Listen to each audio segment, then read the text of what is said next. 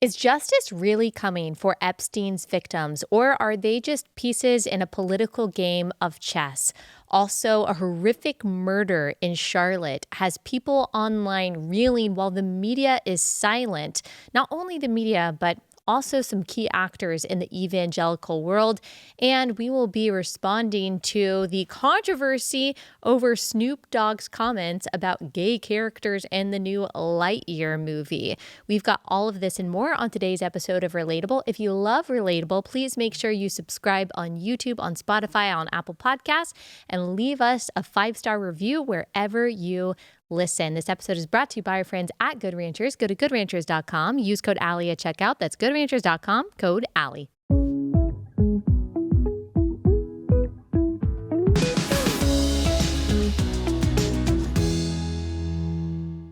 Hey y'all, welcome to Relatable. Happy Monday. Hope everyone had a wonderful weekend.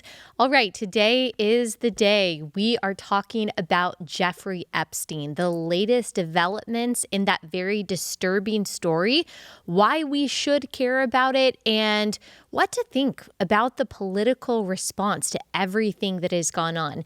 First, before we get into all of that, I've got a personal request to make of my audience. And because y'all are the best and most thoughtful and most caring and most encouraging and generous audience in the world, I know that when I ask this, I can trust without a doubt that you guys are going to do it.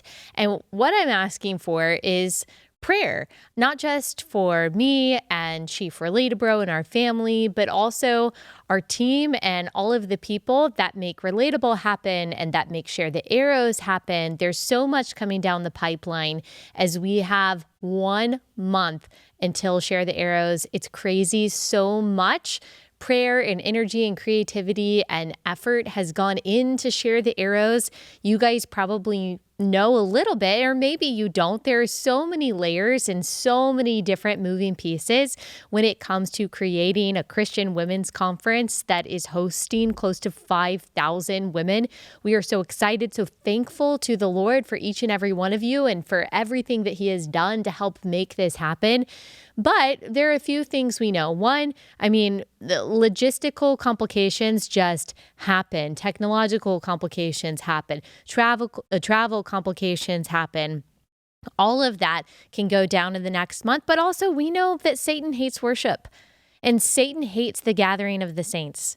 Satan hates for people, especially women, to be told what is true about what God's word says. He doesn't want Christians to be equipped. He doesn't want Christians to be refreshed. He doesn't want women to be rejuvenated. He wants them to continue to believe in the self-help, self-empowerment slop that has made so many of us complacent and ineffective in our faith. And so I am just asking you to pray for our protection and to pray that all of Satan's schemes will be thwarted. I'm the kind of person that has to be continually reminded of the existence of that spiritual battle that goes on. I'm a very kind of practical person, which has its strengths, but I have to remember there is a spiritual realm and a spiritual battle that is waging. So I just ask that you would pray for our protection, that you would pray for God's favor over our lives and over all that we are planning and mapping out in the hopes that God will be glorified and that women will be equipped. But there are some other things that are coming down the pipeline for me, some really incredible God-ordained opportunities for me to share the gospel in a very public way. Can't talk about it yet. You will see it. You will know about it. I will tell you about it when the time comes. But if you could just pray for us and pray for wisdom and pray for effectiveness too, that would just mean so much. And just a reminder, I am so thankful for all of you. Again, I know I've already said it, but best audience in the world. And I am grateful every single day for all of you.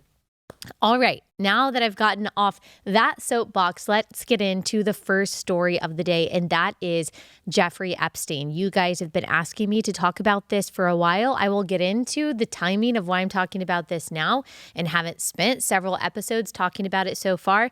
It's certainly not because I don't care. This is vitally important, and I will explain why at the end of this segment. But first, let us just talk about what is going on.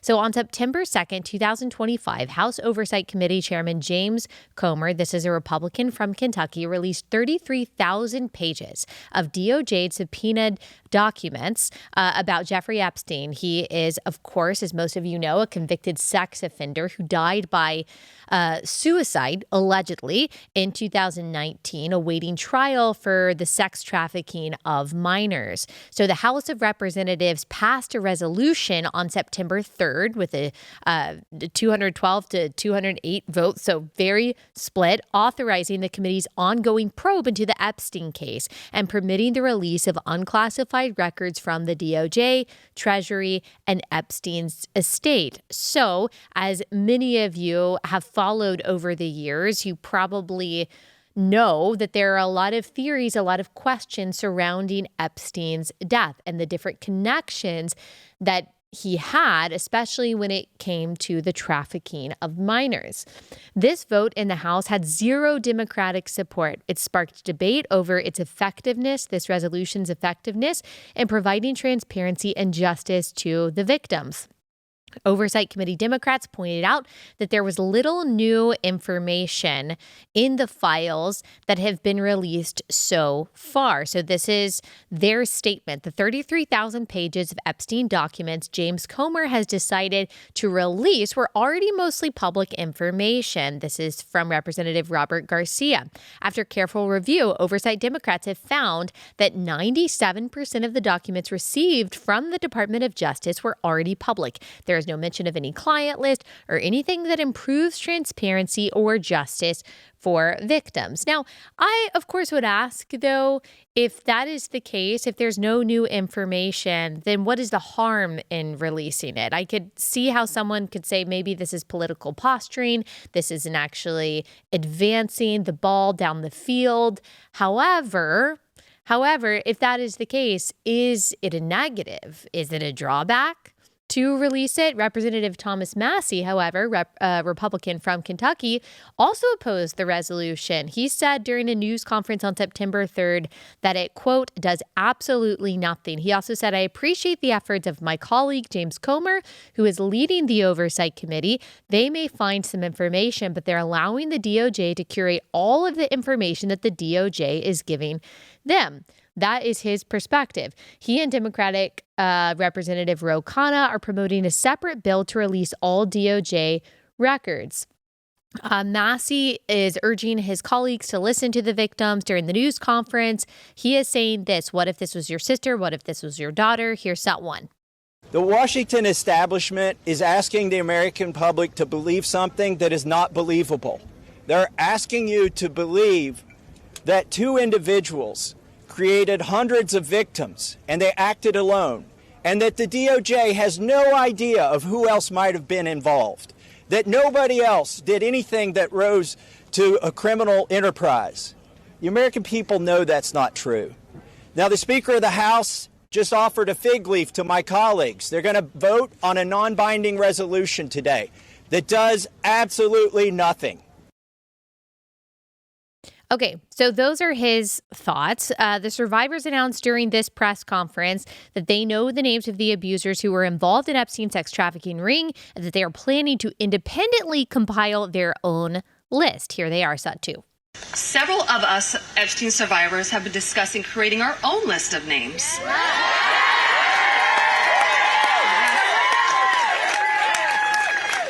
We know the names. Many of us were abused by them. Now, together as survivors, we will confidentially compile the names we all know were regularly in the Epstein world. Okay, I just find this whole thing very strange. I really do. I just find it very strange. I know that there's been a lot of energy on the right and criticizing this administration. We'll get into some of that in just a minute, and criticizing the DOJ. Look, I still think that the DOJ and Pam Bondi, that they're doing a good job on a lot of different issues. I think that there's a lot of political capital in saying, no, I'm the real person. I'm the real side that's going to champion transparency. But there's also there's just a lot of politics within this, and that's unfortunate. I think that personally, I think that Pam Bondi and the DOJ have been unfairly maligned when it comes to this. I think that we don't know all of the different layers of what is going on here, while we also acknowledge that we should want transparency, that we should want truth, that we should want justice. 100% yes and amen. But I have questions about all of the different politicians and the spokespeople that are getting themselves involved in this. That's what I'll say for now. Okay, let's talk about who Jeffrey Epstein is, because you might know a lot. You might not know all of the details, though, that make him so relevant and so important. But before we get into that, I got to tell y'all about Share the Arrows. Y'all, I just told you that it's a month away. I am so excited, especially if you are local to the Dallas area. Now is a great time to get your tickets. Y'all go to sharethearrows.com. You'll see all of the speakers. It is going to be so good by the grace of God. We've got Elisa Childers. We've got Ginger Duggar-Volo.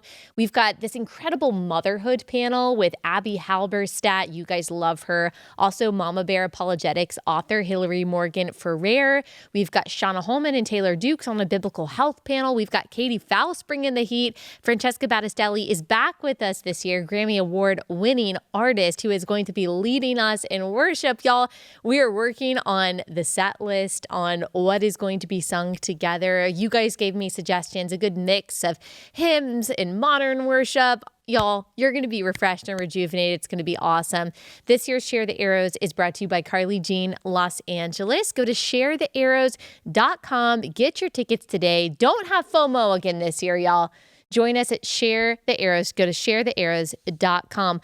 Also, our friends at We Heart Nutrition will be at Share the Arrows. I just got an amazing text this morning from one of my friends. She was saying how like half of her family is down with a cold. A couple weeks ago, different members of her family had a stomach bug, and she said that she has avoided sickness both times. She also, when she does get sick, recovers like in half the time of everyone else. And she said, I credit my supplements from We Heart Nutrition for that. She's been taking them for 2 years like I have. And just like I have, she has seen a huge difference in her immune response to illness. Me too. I rarely get sick anymore. If you go back and listen to some episodes from like later fall 2023, even the very beginning of 2024, I sound like I'm sick all the time. One, I was like, postpartum and all of that, but my immune system was just shot, even though I was taking vitamins. Switched to We Heart Nutrition. It has been a game changer for my hair, skin, and nails, my iron levels, my immune system. That's because every ingredient comes in the most bioavailable form. Plus, this is a pro-life Christian family-owned company. I was just texting Kristen this morning. They are awesome. Y'all, make the switch. You will be so glad you did. Go to weheartnutrition.com. When you use promo code Allie, you'll get 20% off your order. That's weheartnutrition.com, code Allie.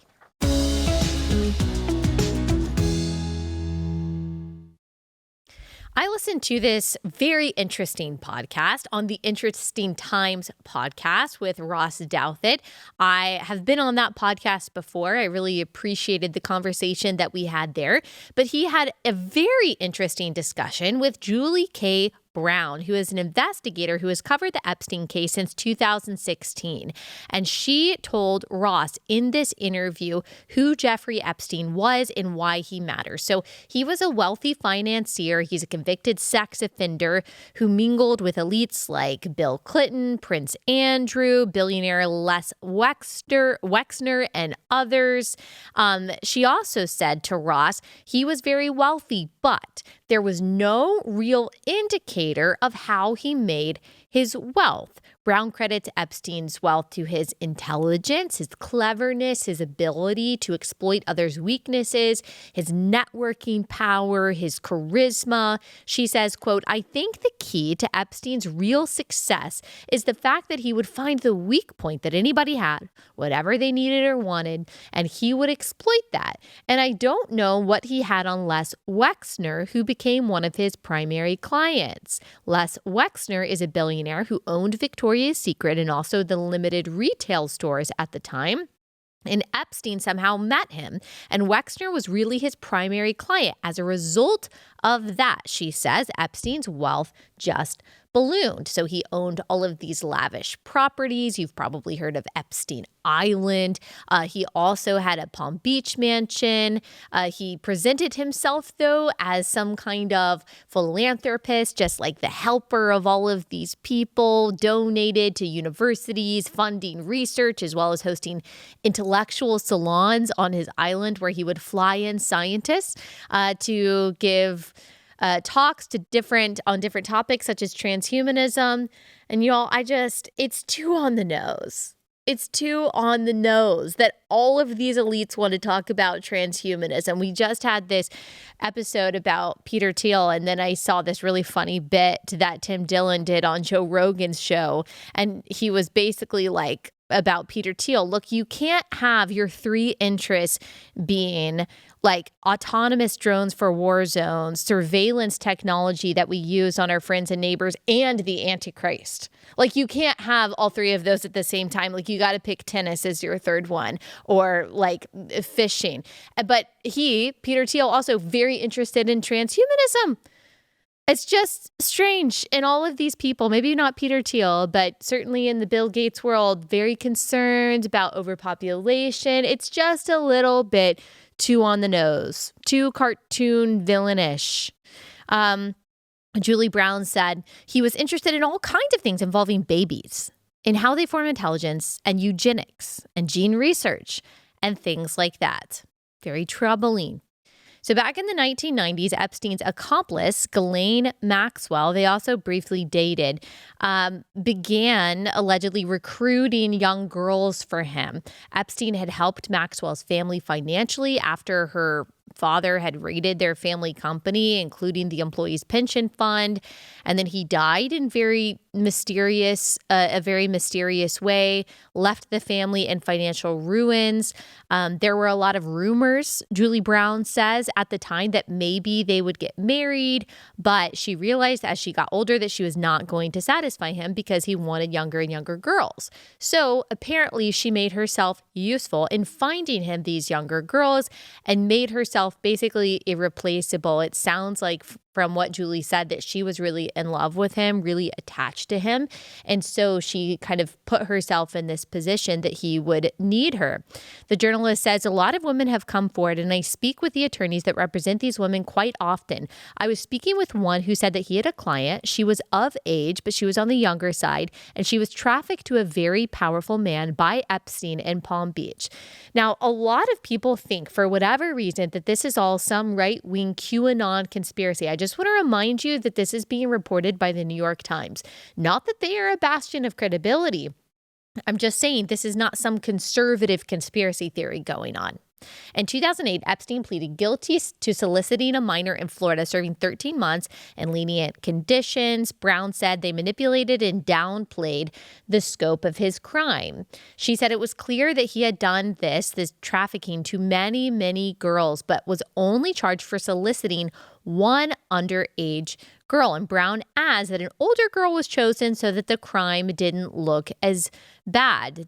She talks about a lot of the collusion that was going on there between his team and the other actors at play there, the other people involved in this case, to make sure that he wasn't charged with everything that he could be charged for. In 2019, however, Epstein was rearrested for sex trafficking, but he then reportedly died by suicide in prison. Ghislaine Maxwell was convicted in 2021. She was sentenced to 20 years. There's also some interesting conversation that people are having about his apparent connection to Israeli intelligence. Now, you've probably heard this, some people saying that this is a definitive connection. However, there's not really definitive evidence confirming or refuting Epstein's ties to intelligence agencies or Israeli Mossad. Julie Brown said this about that. I don't know, and I don't think anybody really knows except the people in the government that have these files. A secondhand quote attributed to Alex Acosta, claiming he was told to back off Epstein because he quote, belonged to intelligence, has not been publicly corroborated by Acosta himself, leaving this a significant unresolved questioned. There's also some speculation about Robert Maxwell, Ghislaine Maxwell's father, and his connections to Israeli intelligence, but we just don't know. So if anyone tells you that we know absolutely for sure that there's concrete evidence of this, maybe it is somewhere out there, but we don't know it quite yet. All right, now we have to talk about the elephant in the room here, which is Donald Trump. Because you see some people on the left now saying, yes, release the Epstein files, when a year ago they were saying that it's a conspiracy theory. And the reason they're saying that is because they think Donald Trump could be involved somehow, that he could be indicted because of his involvement. And of course, they've been looking for any way to put him in jail for a very long time. So we'll get into what Donald Trump's attitude has been about this and some of the informal allegations going on there in just a second. Let me go ahead and pause, tell you about our next sponsor. It's Good Ranchers. Y'all know we love Good Ranchers. We eat Good Ranchers almost every single night.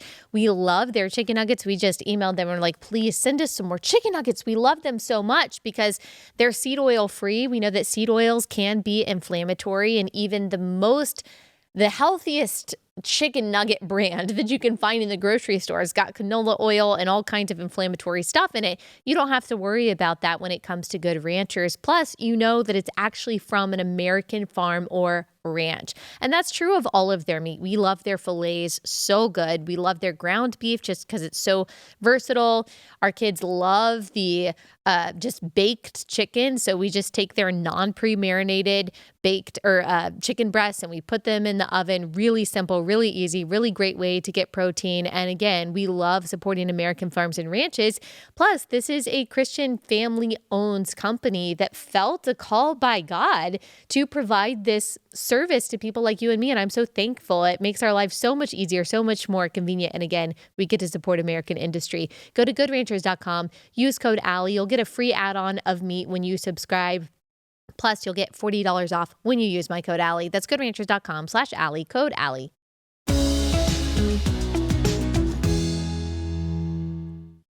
So according to Julie Brown to the New York Times, she says there was no evidence right now that Trump was involved in Jeffrey Epstein's businesses or his sex trafficking or his crimes.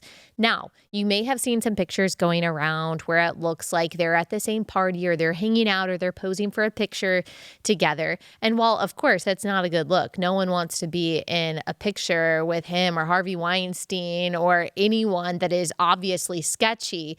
However, Jeffrey Epstein hung out with a lot of really important people, a lot of really rich people. I mean, he was in those circles. That does not mean that they were all his clients or that they all went to his private island or that they had any kind of like serious ties. So it's not evidence enough to say, you know, they were at the same party or even that they were friends for a period of time. Jeffrey Epstein was friends with like every rich and powerful person at the time and probably had all different levels of friendships and relationships with them. In June 2024, Fox News' Rachel Campos-Duffy asked Trump if he would declassify the Epstein files along with the JFK and MLK assassination files during an interview. He said that he would. In September 2024, Trump reiterated his willingness to do this in a podcast with Lex Freeman.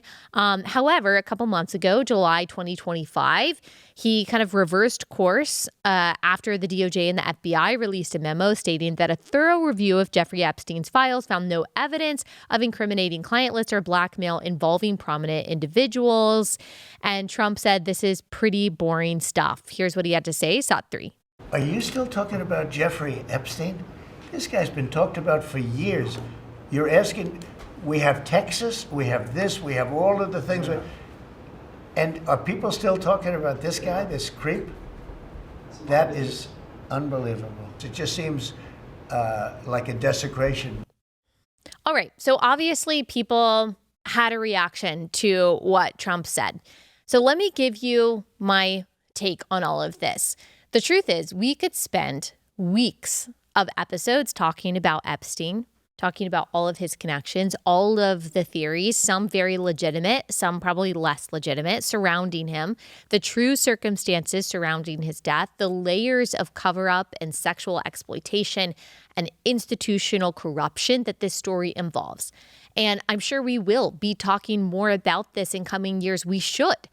The reason that I had not gone in depth on this yet is because I was waiting for the pieces to come together. A few years ago, I felt the same way about the whole Russian collusion hoax story. There were so many pieces, so many layers. I wanted to have as much as possible before doing my own deep dive into what was true and what wasn't. But the frustrating thing with this story, with this Epstein story, is that it looks like we're never going to get to the bottom of it. Now, I'm not being pessimistic here. That's just how it feels right now. It feels to many Republican voters like kabuki theater, like political posturing. So many people voted for Donald Trump because they saw him as the enemy of political corruption, the outsider who had his own bone to pick, rightfully so, with the Washington establishment. I mean, they tried to impeach him multiple times. They tried to imprison him. They indirectly, I would say, stoked the anger that led to his assassination attempt. They did everything they possibly could to sabotage him. So I think a lot of people saw, okay, he is going to represent our own frustrations with their corruption and trying to subvert the will of the people. And while the corruption in DC and in the intelligence agencies is not limited to this Epstein case, many people see Epstein as representative of the corruption because of how incredibly well connected he was to people in power, in politics, in tech, in every sphere of influence around the globe. So the thinking goes, if we get Epstein, we get his client list, we get all of the details of the people that he had blackmail on, and then maybe the chips will start falling. But not only that, people genuinely want to see people held accountable for sex trafficking and pedophilia, especially the powerful people who are doing so, it seems like, in plain sight. And we feel this way not because we're conspiracy theorists, but because we care about justice. Like, we care about innocent victims, and we don't want people to be able to get away with abuse just because they're rich. These victims were and are image bearers of God, even if we don't know their names, even if we never hear their voices or see their faces, they matter. Justice for them matters. So that is why people were disappointed in Trump's apparent dismissiveness of this. Now, that said, I believe Trump and Bondi are the right people for their jobs. I mean, I thank God every day that these are the people in charge, especially instead of Kamala Harris and her ilk. Like, I want truth and transparency in this area, and I also want it in every area. So I think that we can advocate to our elected officials that we want justice. We want truth. We don't want political posturing. We don't want these victims to be treated like chess pieces, while we also recognize the incredible improvement of Donald Trump as president versus Joe Biden when it comes to foreign policy, immigration, religious liberty, the recognition of biological reality, the affirmation of the power of prayer, all of that stuff, they're not minor things. They really matter. I believe that some of the changes that Donald Trump, that the DOJ, that the people that he's put in charge are making are so good for the country. I don't even want to think the direction that this country would have been going in had it been for Kamala Harris. So I think we can hold these thoughts in our mind at the same time, because of course there's never going to be a leader that is perfect. But what I hope, and I don't see Trump doing this to his credit, but what I hope is that when it comes to the Epstein files, that this isn't just a way for any politician, for anyone, any activist to get clicks or to go viral or to create some, I don't know, some burst of enthusiasm. That is not what this is about. This is extremely serious. We should treat this with the gravity that it deserves. And look, I don't have all of the answers. Like I said, we could spend hours and days going into all the different layers of this, but we can pray for those victims. We can pray for justice. We can pray for truth. We can pray for the wisdom and the courage of the people in power for honesty and truth to prevail. This matters. All crime matters, of course. All victims matter, but because of just the prominence of this and how many different spheres it affects, it really matters that this is gotten right. All right, we're going to get into another intense subject in just a second. Let me go ahead and tell you, we've got 5 awesome sponsors today. So I want to go ahead and tell you about our next one before we get into this next subject, and that is Constitution Wealth. You want to make sure that when you are investing, you are putting your money where your heart is, because true financial peace is not just about having more money. It is about recognizing that everything belongs to God and that we are the stewards of the resources that He has given us. But many Christian investors don't realize that their portfolios actually include companies that are funding causes that directly contradict Scripture. So if we are to be faithful stewards of God's resources, we have both the power and the biblical obligation to ensure our money supports businesses that honor God's principles. That's why I really encourage you to reach out to Constitution Wealth. They understand that true stewardship means more closely aligning your investments with God's word. Unlike a lot of advisors, they can actually specifically screen investments for Christian values. So you can ensure that your money supports businesses that honor biblical truth. What a way to use the money and the gifts that God has given us. Go to constitutionwealth.com/Allie. You'll get a totally free consultation. Just talk to them. See if it's right for you. Talk to your husband. Go ahead and schedule a call together. I guarantee they can help you align your portfolio with biblical values. Constitution Wealth is a registered investment advisor. You should review Constitution Wealth's disclosures at constitutionwealth.com to understand their services and fees. All investing involves risk, including the risk of loss. This is a paid endorsement.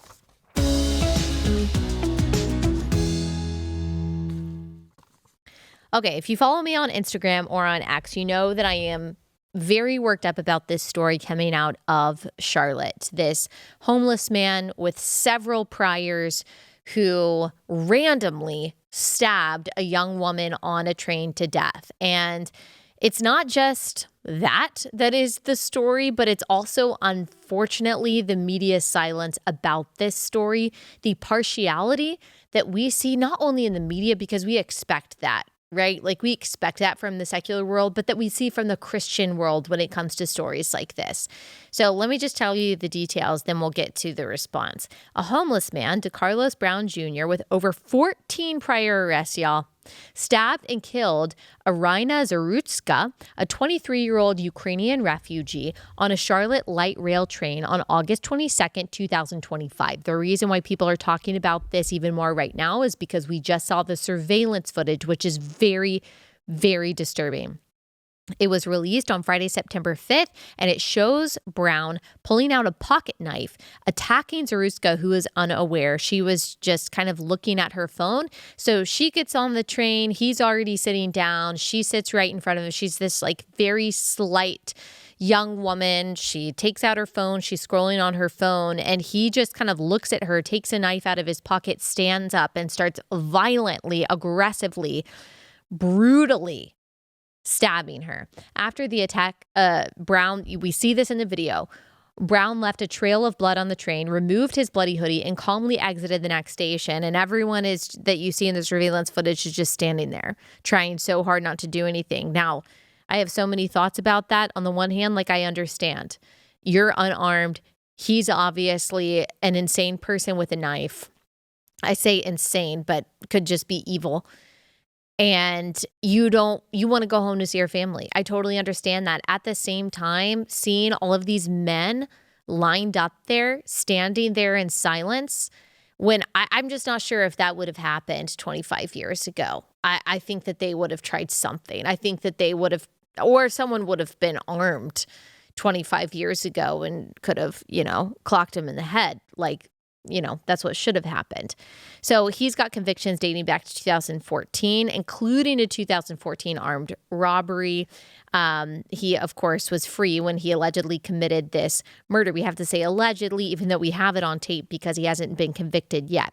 Charlotte's Democratic mayor, Vi Lyles, thanked the media for not sharing the attack video, prompting criticism from Republican leaders like Representative Brad Knott, who condemned her for not addressing the preventable violence. He says the mayor's refusal to condemn senseless, horrific, and preventable violence is as telling as it is despicable.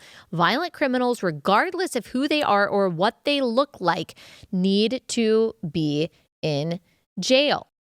In her statement, Mayor Lyles did not mention the victim by name or discuss any specific measures that the Charlotte area transit system or police are taking to address safety in public transit. She focused on the suspect and urged others not to demonize homeless people.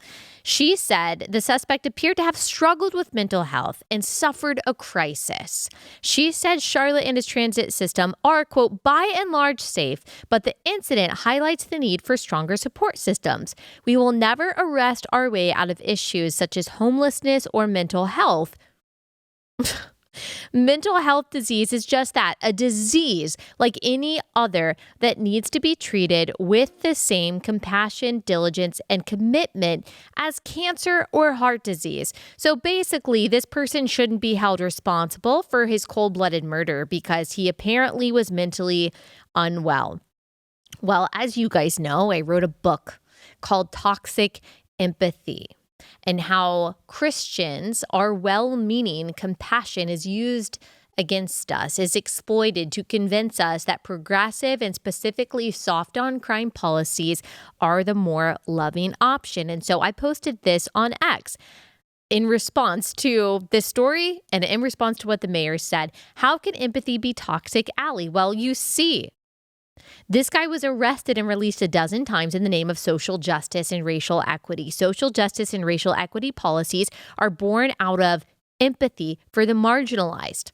Bad actors convince well-meaning, compassionate Christians that these empathetic, restorative justice measures are the right way to love our neighbors. In this way, the criminal becomes the victim and society becomes chaotic and disordered.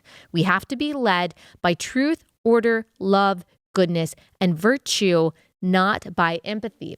The last chapter of my book, it was a very difficult one to write because there was so much that I could have included in this. But the last chapter of Toxic Empathy is about justice and crime and how when we are led by empathy for the criminal, we end up making policies that really hurt innocent people.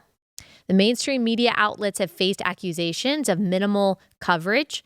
Even Elon Musk has said something about it. Charlotte City Council candidate Edwin Peacock and others called for action to address safety and crime on the city's public transit system. The murder occurred amid President Trump's renewed push for a crime crackdown. Another thing I'm very thankful for when it comes to President Trump. He did exactly the right thing in Washington, D.C. I don't know how anyone could be against cracking down on crime the way that he is. A Trump advisor said that this Charlotte murder, quote, is exactly what he's talking about. And it's going to be an issue Trump is going to highlight. Good, as he should. As he should, right? We should all want this. We should all want fewer murders. Piers Morgan commented on this. Why is this disgusting, senseless, unprovoked murder of 23-year-old Ukrainian refugee by a man named DeCarlos Brown Jr. on a train in Charlotte, North Carolina, not getting more media attention? Charlie Kirk also says, Dear CNN, WAPO, NYT, ABC, NBC, etc. If you want to know why your ratings are in the tank and no one likes you, look no further than this brutal murder. Shame on you. Genuinely, Stephen Miller, who works for the Trump administration, the Democrat Party at every level, judges, politicians, academics, nonprofits, is organized around the defense and protection of the criminal. Toxic empathy. The monstrous and the depraved. The more vile the threat, the more vociferously the Democrat Party wants to protect and enable it. And that is so true and so unbelievably disordered. So the question is, how do we fix this? Well, I've got a few thoughts on that. First, a really simple option: stop voting for people who hate you. Stop voting for people who advocate for quote unquote restorative justice or social justice or racial equity. These are all code words for I will make sure criminals don't get arrested, and if they do, that they'll get out of jail quickly. Stop voting for representatives, mayors, governors, and where it applies, judges and district attorneys who do not believe that crime should be punished harshly, who demonize the police, who wholesale condemn the United States justice system, who believe that we need to even out the racial quotas in our prison system. Those people will always be bad news. They will always make your city less safe. And therefore, more people, when you vote for people like that, more people will be raped, assaulted, stolen from, and murdered. That is not restorative. It is not just. It is not equitable. When you understand that all progressive vocabulary is actually just a euphemism for something really awful, like reproductive health care is a euphemism for murdering babies, restorative justice is a euphemism for allowing violent criminals on the street to murder you and your elderly mom or your young daughter, you realize that what sounds good when it comes to progressive politicians usually points to evil. Judge policies not by their stated intentions, but by their outcome. If you do that, you will never vote for a progressive again in your life. What do we always say? What have we been saying since at least 2019? Politics matters because policy matters because people matter. Politics affects policy, policy affects people, and people matter. People matter to God, and therefore they matter to us. Number 2, once you check that one off, stop voting for stupid, evil people. Once we check that one off, support policies that keep dangerous people away from society. Now, one part of this would be a really big undertaking. But for people who are truly mentally unwell, they need institutions that can help them and keep them away from society for as long as it takes. If my tax dollars are going to go toward anything, I'd be happy to have them go toward that. Now, yes, there are civil liberties parameters we need in place there, but surely there is a way we can accomplish this. Also, longer, harsher prison sentences for violent crime and a consistently, speedily applied death penalty for murder and other heinous crimes like child rape. Genesis 9:6 commands the death penalty for murderers. And this role of the government is not just an Old Testament dictate. First of all, it's the Noahic covenant, which is before the establishment of the civilization of Israel. It still applies today because its reasoning is rooted in something that is still true today, that we are made in God's image, but it's also reiterated in the New Testament, re-emphasized in Romans 13. Again, we can debate what is the threshold that must be reached for the death penalty to be enacted. DNA evidence. 2 to 3 eyewitnesses. I'm open to that, but it should be used much more often than it is and much more quickly. Give a fair trial, unbiased jury, convicted, guilty, a pastor that shares the gospel with him. He has the opportunity to respond to that gospel, and then execution. That is justice for these kinds of crimes. That is actually mercy. That is offering the murderer or child rapist far more than he offered his victim. Ecclesiastes 8:11 says this, because the sentence against an evil deed is not executed speedily, the heart of the children of man is fully set to do evil. Think about that. Number 3, I know this is controversial, but it's true. Number 3, stop being afraid to talk about crimes just because of the color of the person that committed them. The facts are the facts. And the fact is this, a white person is statistically far more likely to be killed by a black person than the reverse, despite the fact that white people make up about 60% of the population and black men make up about 7% of the population. Now, we should never condemn any one race and glorify another race. People are individuals. That is absolutely true. We should never judge people or people groups collectively, but the facts do matter, which is why the opposite collective judgment is also wrong. This is exactly what the media does. Glorifies one race and condemns another, assumes that one race is guilty and that the other is completely abdicated of any responsibility. This is what progressives do. This is what, unfortunately, many evangelicals do and did during 2020. You see, when George Floyd died, all of your favorite apolitical pastors not only expressed outrage about that publicly, but they connected his death to the complicity of all white people, the racism of all police, and the racial injustice embedded in all of America. But never, ever did or do we see the same people talk about a crime like this. One, because this kind of crime happens too often. If you spend any time on X, you'll actually see that. Also, if you just look at the data from the Bureau of Justice Statistics or FBI crime data, you'll see that. But also because this is not the right type of crime to have a public opinion on. There's a name for that, by the way. It's not justice, it's partiality. Leviticus, Deuteronomy, Proverbs, James all reiterate God's hatred for partiality, showing undue favoritism or condemnation toward one person over the other at the expense of truth and fairness. Now, I'm not arguing that this crime was motivated by race because I don't know. I'm not suggesting that we take to the streets like BLM did and post a white square and convince all companies to pay white people money. I'm just saying that white lives taken by Black people matter just as much. They deserve our condemnation just as much. The murderer, by the way, is always the oppressor, no matter what race they are. You're not going to convince me that this guy, just because he was Black or just because he was homeless, is also maybe on the side of the oppressed. No, I promise you, God doesn't see it that way. Because God doesn't see it that way, I don't see it that way. Now, of course, last part. At the end of the day, this is a spiritual heart problem. It is for all of us that ultimately Jesus is the answer for. Now, there are political solutions. There are cultural issues at play. But lawlessness and aggression and bitterness and anger are all celebrated on a spiritual moral level today. That's a problem, that we live in an age of moral relativism where nothing can be considered objectively bad or sinful or evil. It's all mental health. It's all a trauma response. No, some things are just wrong. Like some things are just evil and they have to be punished. And it is actually righteous and compassionate and loving and good to restrain evil. That is why, a huge reason why the government exists. To restrain evil so that the innocent can flourish. So that they can ride bikes in their neighborhood. They can go on a jog in the early hours of the morning or take public transportation at night.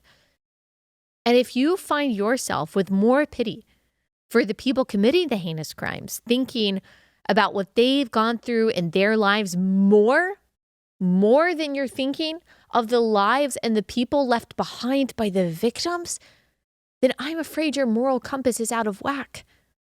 Things are disordered.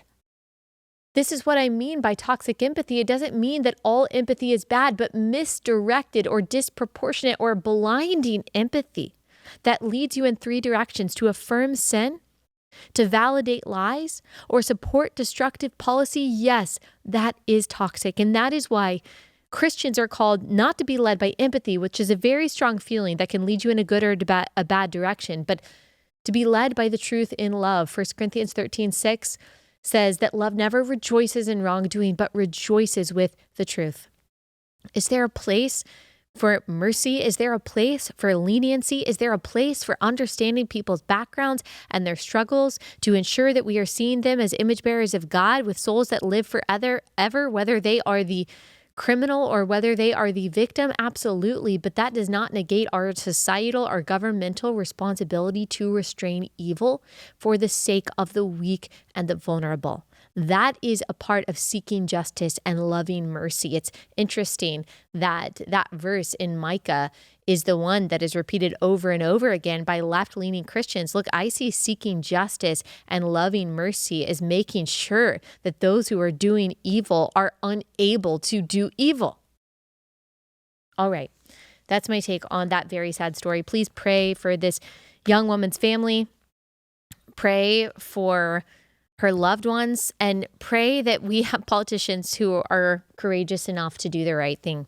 All right, we've got one more segment, less intense, still important, but less intense than the previous two subjects that we just tackled. But let me tell you about our next sponsor, and that is Preborn. Y'all, if you want to be a part of the life movement, If you want to save babies' lives, put your money where your heart is. Don't just say you're pro-life. Actually help the moms and the babies who need it. Preborn supplies a network of clinics with the resources and the tools they need to serve pregnant moms in need. One of the amazing things that they do, they give sonogram equipment to these pregnancy centers so that these pregnancy centers then can offer free sonograms to these women who are pregnant and contemplating abortion. We know that when a woman sees and hears her baby on that ultrasound, that she is several times more likely to choose life because she realizes that she's been told a bunch of lies by Planned Parenthood, that this isn't a person, that it's just a clump of cells, that it's basically nothing, it's just tissue.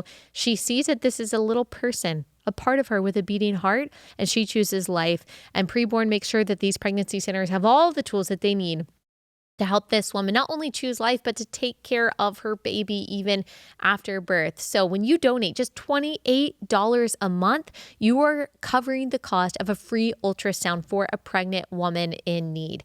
Go to preborn.com/Allie. Donate whatever you can. That's preborn.com/Allie. Okay, Snoop Doggy Dogg, y'all. We're talking about Snoop Dogg. Now, I have said before, I've talked about Snoop Dogg before because I think he's just such a strange, like, cultural zeitgeist, almost like he's everywhere. Like, he hosted the Olympics. And I'm like, okay, but he did a music video a few years ago where he was pretending to assassinate Donald Trump, a sitting president. And we've just completely just ignored that and be like, it's just Snoop Dogg. He's friends with Martha Stewart and smokes weed. How harmful could he be? Well, I don't know. He sobered up for a second and he said something that was true and I guess instantly regretted it. He faced backlash after a clip from an August podcast where he criticized children's movies for featuring LGBTQ characters went viral. An apology post appearing to be posted on Snoop's social media surfaced, which his team later stated is fake. Okay, so later stated is fake. I guess he didn't apologize for it. There's a lot of confusion here, but he did actually say this about the new Lightyear movie that he saw with his 6-year-old grandson, SOP 4. I took my grandson to see, what was the movie with Buzz Light? Toy Story? Not that one, but the new Buzz. The Lightyear. I think it's called Lightyear. Yeah, with Kiki Palmer is in that movie. Okay. She plays like the daughter. So we watching it, and the lady, which is Kiki's mama, they move on into the space years, they move down the line, they're like, and she had a baby with a woman. Well, my grandson in the middle of the movie like, Papa Snoop, how she have a baby with a woman? She a woman. Oh, I didn't come in for this. I just came to watch the movie. Okay, so I think, minus the, the vulgar language there, he actually represents what a lot of people think. Now, obviously, Christians like you and me, we have much deeper thoughts about that and our problems with it. I don't think that he is probably personally against that. He just doesn't want to have that kind of conversation with a 6-year-old grandson when he's just trying to be entertained. And I think that is actually how a lot of parents, left, right, and center, feel. And kids are smart, by the way. Like, it's not possible for 2 women or 2 men to be able to make a child. So there are a lot of different layers and questions to be asked about that. Kids and their intuition of something's not right, it's really good. And it's actually really sad when adults try to purposely take that away from them or gaslight them, like you're crazy for thinking that that's weird or thinking that's different. You have to think that that's good and beautiful. It's really sad. Like, kids deserve clarity, and it's our responsibility to give it to them. So, okay, I guess people were mad about this. Lauren Gunderson responded to this. She's a writer for Lightyear. Responded to Snoop's comments saying he sucks. She defended the inclusion of a same-sex couple with a child in the movie, saying, as we wrote early versions of what became Lightyear, a key character needed a partner, and it was so natural to write she instead of he. As small as that detail is in the film, I knew the representational effect it could have. None. No positive one. Small line, big deal. I was elated that they kept it. I'm proud of it. To infinity. That would have been a great time to say and beyond, but you missed that too. Okay. So then people kind of latched on to that and got all mad at Snoop Dogg. Hollywood Unlocked Instagram shared clips of the TMZ interview. Snoop apparently left a comment to apologize and say that he's not perfect and needed to learn, but then his representative said, no, this is not true. But here is the screenshot that was going around just so you know what was part of the conversation. It looked like he said, I was just caught off guard and had no answer for my grandsons. All my gay friends know what's up. They've been calling me with love. My bad for not knowing the answers for a 6-year-old. Teach me how to learn. I'm not perfect. So who knows if that was really him or not. And I hope that it's not. Because you don't need to apologize for saying something that's true. You just don't, especially for someone with as much like power and prominence and money as he has. Like, what's the point? And here's my hard pill to swallow for the day. Never apologize to the mob. Don't do it. It'll never be enough. Okay, so say you say something that is true, especially you Christians. Say you do something that is true. And all these people come out and condemn you. They call you a bigot. They say that you're going to ruin your business. And you think, this is what a lot of people think. I saw this in 2020. Well, maybe if I just apologize for my tone, maybe if I just apologize for how I said it or where I said it, or maybe if I just clarify that I really love people, that I don't hate anyone, then that'll be enough. It's not. The mob smells blood, and they're going to come after you even harder. They're never going to be satiated with your apology. In fact, they're just waiting for you to recant altogether. That is the only action that they are looking for, that they will be satisfied with, is you recanting and completely repenting according to their definitions and celebrating what you know God calls sin. So don't do it. Don't apologize. Do not answer them. Instead of backing down, you double down. You say, yeah, actually, okay, in response to everyone who is hating me about this, I just want to reiterate that what I said is true.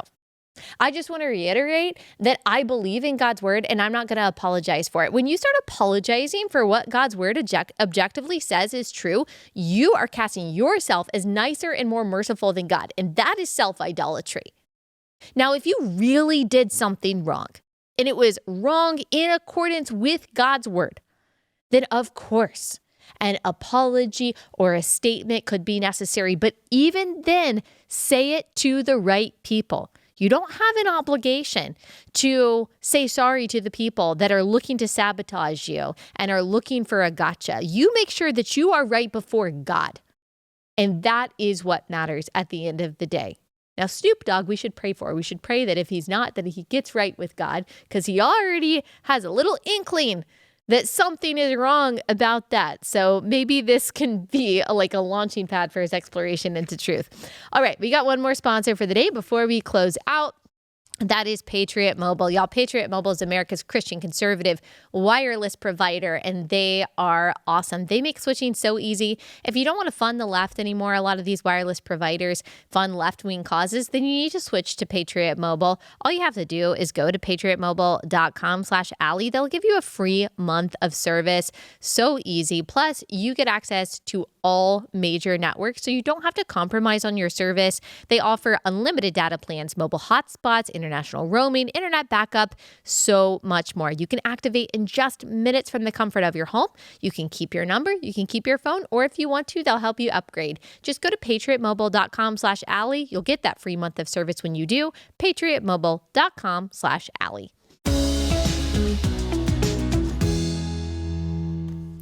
All right, y'all, that's all we've got time for today. We've got really interesting episodes coming up for the rest of the week on Wednesday and Friday. I'm so pumped about Friday's interview, y'all. It's going to be a really hot topic about the Islamic infiltration of American society from a really, really interesting and experienced perspective. You guys are going to love it. Like, I cannot wait. And I can't talk about what we're going to talk about Wednesday yet, because you never know, it could change. But these episodes coming up are going to be so fiery and so good. Y'all, if you love this podcast, will you please subscribe to YouTube? Some of you watch it, you don't realize you don't subscribe. Subscribe on Spotify, subscribe on Apple Podcasts. And if you could please leave us a 5-star review as well on Apple Podcasts, on Spotify, it really helps the show. Just say what you love about the show. And if y'all have ideas for topics, for subjects that you want us to cover, always feel free to leave it in the comments on Spotify or on YouTube, or you can send me a message on Instagram. All right, y'all, that's all we've got time for today. We will be back here on Wednesday.